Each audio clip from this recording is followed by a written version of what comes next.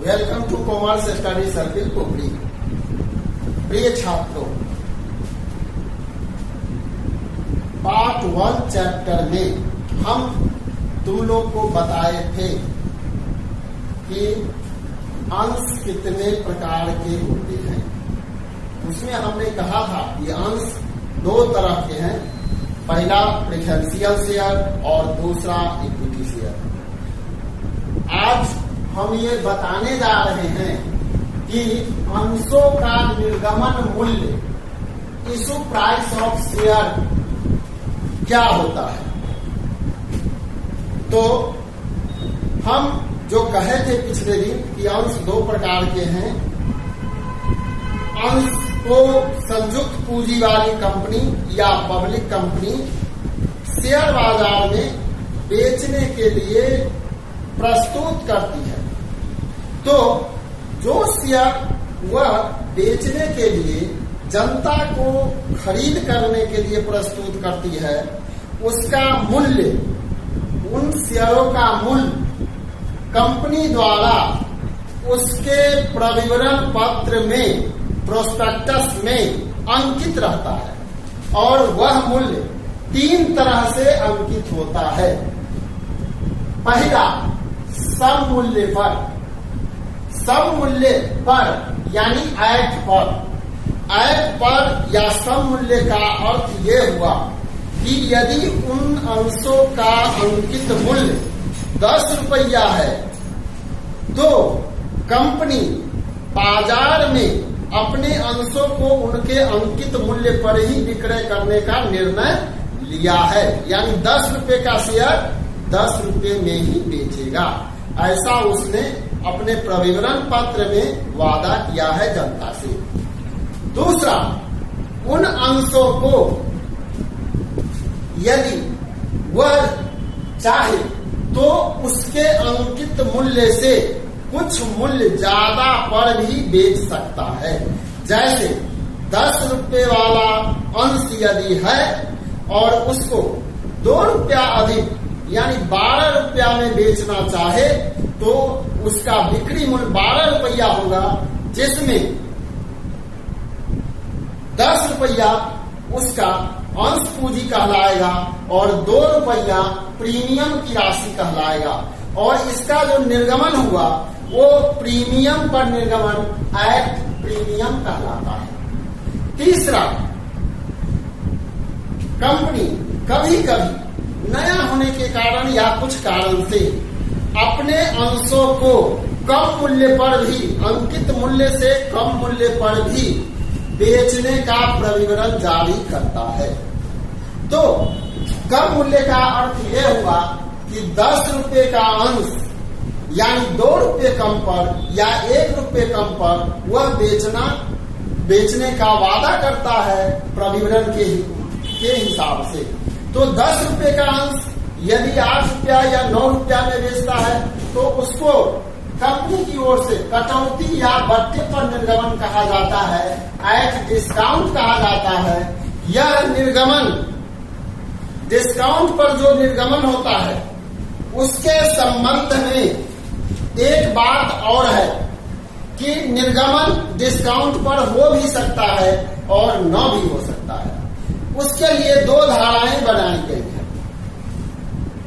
भारतीय कंपनी संशोधित अधिनियम 2013 के धारा 53 के मुताबिक कोई भी संयुक्त पूंजी वाली कंपनी बट्टे पर या कटौती पर, जिसको हम अंग्रेजी में हम लोग डिस्काउंट कहते हैं, उस पर निर्गमन नहीं कर सकती है। लेकिन भारतीय कंपनी अधिनियम 2013 के धारा 54 के मुताबिक संयुक्त पूंजी वाली कंपनी अपने अंशों का निर्गमन कटौती या बट्टे पर कर सकती है। अब रह गई बात कि इसके लिए कंपनी पहले से ही अपने प्रविवरण पत्र में इसकी घोषणा या कर चुकी होती है। अब देखो,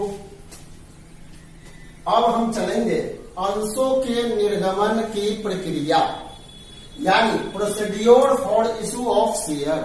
procedure for issue of share यानी अंश बेचने के लिए क्या प्रक्रिया है, कैसे उसको बेचने का कार्य होता है। तो हमने बताया था कि संयुक्त पूंजी वाली कंपनी जब अपने अंशों को बाजार में भेजने का काम करती है बेचने हेतु, तो सबसे पहले वह अपना प्रविवरण पत्र जारी करती है, यानी टू इशू प्रोस्पेक्टस, यानी शेयर मार्केट में, शेयर बाजार में अपना प्रविवरण के माध्यम से जनता को परिचय करवाती है कि हमारे कंपनी का क्या सिद्धांत है, शेयर जो निर्गमन होगा वो किस तरह से होगा, कैसे होगा, और सब मूल्य पर होगा कि प्रीमियम पर होगा कि डिस्काउंट पर होगा, आपको कितना पैसा जमा करना है शेयर के एवज में। ये सारी बात प्रविवरण के माध्यम से पहले वो जनता को सूचित कर देता है, ताकि जनता आश्वस्त हो जाए कि जो शेयर हम खरीदने जा रहे हैं उसके संबंध में ये बातें सब है। अब तो सबसे पहले कंपनी की ओर से प्रविवरण जारी किया जाता है, तब जनता जब संतुष्ट हो जाता है संयुक्त पूंजी वाली कंपनी का अंश खरीदने के लिए, तो उसके बाद की प्रक्रिया जो दूसरी प्रक्रिया है वो आता है कि जनता बैंक के माध्यम से अपना आवेदन जमा करती है अंश खरीदने के लिए। उस आवेदन में ये उल्लिखित रहता है कि आप कितना अंश लेना चाहते हैं। उस आवेदन के साथ अंश के अंकित मूल्य का कितना रुपया जमा करना है वो सब उसमें पहले से उल्लिखित रहता है। तो जनता जब अंश खरीदना चाहता है तो बैंक के माध्यम से अपना आवेदन कंपनी तक पहुंचाता है कि हमको इतना अंश चाहिए, और उस अंश के खरीद के एवज में उस प्रोस्पेक्टस के मुताबिक जितना पैसा प्रति अंश के हिसाब से जमा करना है वो भी बैंक में जमा कर देता है, और बैंक से एक प्राप्ति रसीद ले लेता है और उसको लेकर के रखे रहता है। तब कंपनी बैंक से उसके आवेदन को प्राप्त कर लेती है। उसके बाद तीसरी प्रक्रिया जो आती है वो है अंशों का आवंटन करना, to make allotment of share. यानी कंपनी प्रत्येक आवेदन को इकट्ठा करके तब किस जनता को या किस आवेदक को कितना शेयर देना है या कितना किस हिसाब से देना है उसका निर्धारण करके जनता को आश्वस्त करता है कि आपको आवेदन के एवज में अंश इस तरह से या इतना अंश दिया गया। उसी को हम लोग कहते हैं अंशों का आवंटन करना। अब अंश का जो आवंटन कंपनी करता है, जो कंफर्म करता है, तो उस समय में भी प्रविवरण में लिखा रहता है कि जब हम कंफर्म करेंगे तो प्रति अंश आप कुछ पैसा जमा कीजिए। जैसे किसी शेयर का मूल्य, अंकित मूल्य 10 रुपया है, तो कंपनी ये निर्धारित किया कि जब आप आवेदन कीजिए तो वो 10 रुपये कीमत के हिसाब से जो अंकित मूल्य है उसमें से 2 रुपया आवेदन पर जमा कीजिए। फिर जो रेस्ट बचता है उस में से मान लेते हैं कि 3 रुपया कंपनी ने कहा फिर आवंटन पर जमा कीजिए, तो 3 रुपया आवंटन पर जमा करेगा। जब कंपनी की ओर से जनता को आवंटित कर दिया जाएगा कि आपको इतना अंश मिला। उसके पश्चात चौथी प्रक्रिया आती है अंशों पर याचना करना।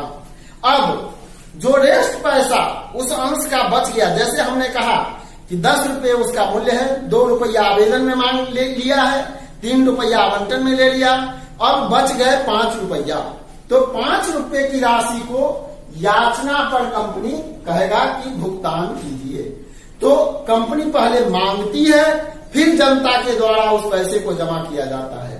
लेकिन ये 5 रुपया जो है सो केवल एक बार में ही नहीं, एक बार में भी कंपनी ले सकती है या 2 बार में भी ले सकती है, 3 बार में भी ले सकती है। तो इसको हम लोग कहते हैं अगर वो 2-3 बार में लेती है तो अंशों पर याचना करना जो है वो 2 बार का होगा। एक प्रथम याचना कहलाएगा, एक द्वितीय याचना कहलाएगा। यदि 3 बार में लेता है तो प्रथम याचना, द्वितीय याचना, तृतीय एवं अंतिम याचना कहलाएगा। इसी तरह से कंपनी अपने अंशों का अंश मूल्य जनता से इसी हिसाब से प्राप्त करती है और जितना प्राप्त करती है वही कंपनी का अंश मूल्य कहलाता है, शेयर कैपिटल कहलाता है।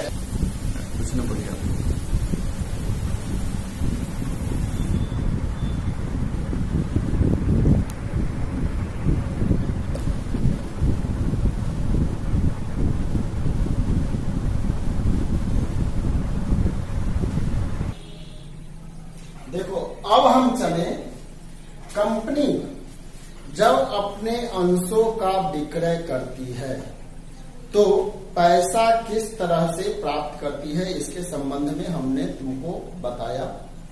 अब कंपनी जो पैसा प्राप्त करती है उस पैसा को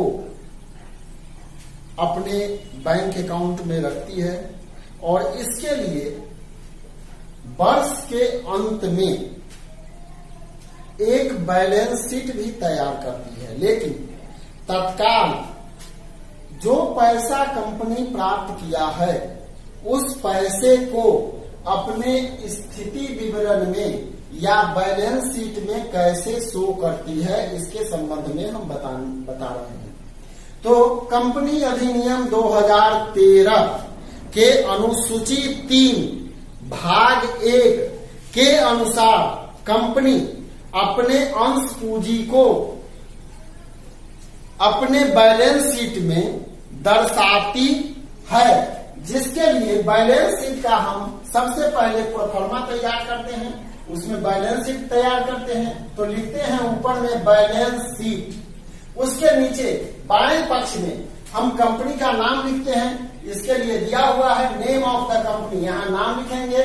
जिस दिन हम बैलेंस शीट तैयार करते हैं उस तिथि को यहाँ अंकित करते हैं बैलेंस शीट डेट में। फिर उसके नीचे पार्टिकुलर नोट्स नंबर, अमाउंट और अमाउंट। अब हम तुमको बता देना चाहते हैं कि कंपनी 2013 से पहले जो बैलेंस शीट तैयार करती थी हॉरिजॉन्टल विधि से तैयार करती थी। हॉरिजॉन्टल विधि का ये मतलब है कि द्विपक्षीय विधि से तैयार करती थी। जब कंपनी एक्ट में संशोधन 2013 में किया गया तो 2013 में संशोधन हुआ, उसके बाद से कंपनी वर्टिकल रूप में अपना बैलेंस शीट तैयार करती है। वर्टिकल का मतलब हुआ कि अब उसको 2 पक्ष यानी बाएं और दाएं पक्ष में नहीं दर्शाती है, ऊपर नीचे दर्शाती है। ऊपर लायबिलिटीज को, नीचे एसेट्स को दर्शाती है, जिसके अनुसार हम वर्टिकल के हिसाब से ही अभी शो कर रहे हैं। चूंकि ये नया तरीका है, इसी हिसाब से कंपनी अभी तत्काल अपने बैलेंस शीट में शो करती है। तो हम बता दें कि कंपनी विभिन्न मांग पर, अगर मान लो कि कंपनी जो शेयर बेचने के लिए बाजार में भेजा है उस पर जनता ने जो पैसा जमा किया, मान लेते हैं कि जनता द्वारा आवेदन, आवंटन एवं याचना मिला करके, जैसे 10,000 शेयर है और एक शेयर का मूल्य अगर 10 रुपया है तो आवेदन में 2 रुपया जमा किया है कंपनी के पास, आवंटन में 3 रुपया जमा किया है, याचना में 5 रुपया जमा किया है या 10 रुपया। तो 10,000 शेयर पर 10 रुपये के हिसाब से जनता द्वारा 1 लाख रुपया जमा किया गया। 10,000 गुणे 10 1 लाख हुआ। तो उस 1 लाख की राशि को हम कैसे दर्शाएंगे? तो सबसे पहले हम लिखेंगे balance sheet, name of the company, balance sheet date, particular. Particular में हम पहले लायबिलिटी को दर्शाते हैं, लिखते हैं equity and liability, shareholder fund.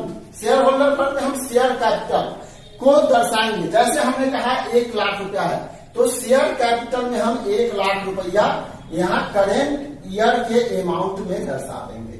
अगर वो पिछले साल अगर हमारा जो रहा होगा शेयर कैपिटल, उसको हम अमाउंट प्रीवियस ईयर में दर्शा देंगे।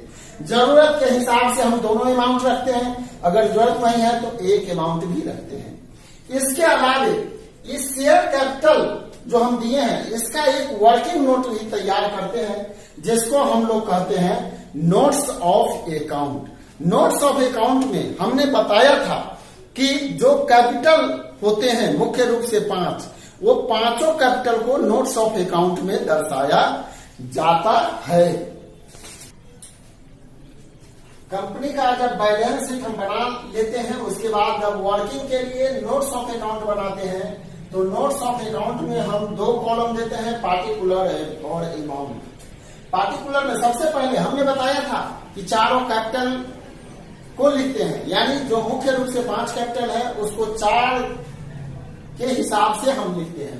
पहला लिखते हैं ऑथराइज्ड नॉमिनल या रजिस्टर्ड कैपिटल। इसमें हम देते हैं यदि दोनों प्रकार का शेयर है तो डैश प्रेफरेंशियल शेयर, इसमें शेयर की संख्या लिखा जाता है at the rate of rupees dash etch, यानी उस पर कै रुपया मांगा दाम है, अंकित मूल्य है, उसके हिसाब से जितना रुपया हुआ यहाँ लिखेंगे।